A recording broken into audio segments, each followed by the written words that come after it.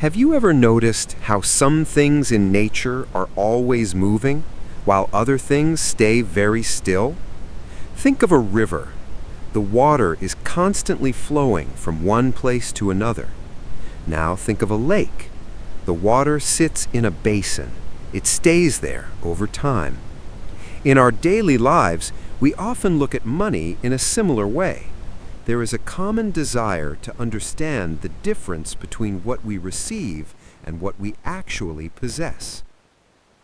Many people use the word rich to describe both income and wealth. However, in a mathematical sense, they are two very different things. Income is the measurement of the flow. It is the money that arrives in your hands during a week, a month, or a year. It is like the river. For most, this flow requires ongoing effort. If the activity stops, the flow usually stops as well. There is often a misunderstanding about this flow. We might see someone with a very large flow and assume they have a large amount of stored value. But this is not always the case. This is where the concept of wealth enters the picture. Wealth is not the flow itself. Wealth is what remains after the flow has passed through. To see this clearly, let us use a simple analogy from a household. Imagine a bathtub.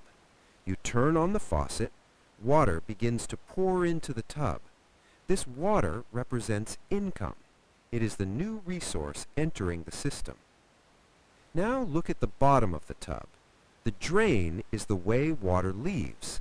The drain represents expenses. It is the cost of housing, food, and other needs. If the drain is wide open, the water flows out just as fast as it comes in. Even if the faucet is turned on very high, the tub stays empty. The tub only begins to fill if the flow coming in is greater than the flow going out. The water that stays in the tub is wealth. It is the accumulated value that is kept for later. We can observe this with very simple numbers to understand the scale. Imagine two different people. Person A receives 10,000 units of money every month. This is a very large faucet. However, Person A also spends 10,000 units of money every month on their lifestyle. The math is 10,000 minus 10,000. The result is 0. Despite the large flow, the tub is empty. There is no wealth. Now imagine Person B. Person B receives only 5,000 units of money every month. Their faucet is smaller than Person A's. But Person B spends only 3,000 units of money on their needs. The math is 5,000 minus 3,000. The result is 2,000. Every month, 2,000 units of water stay in the tub. Over time, the water level rises.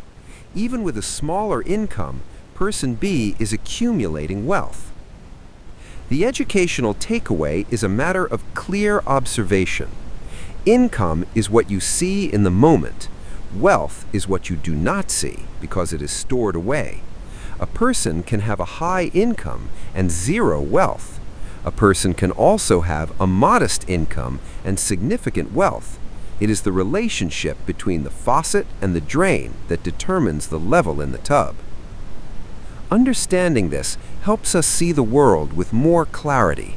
We can look past the movement of money and look at the stability of what is kept. Wealth provides a different kind of measurement than income. It represents a history of choices where the flow was managed to leave something behind. It is a quiet, steady accumulation. This explanation is meant to simplify how we think about resources. By separating the flow from the storage, we gain a better perspective on financial definitions.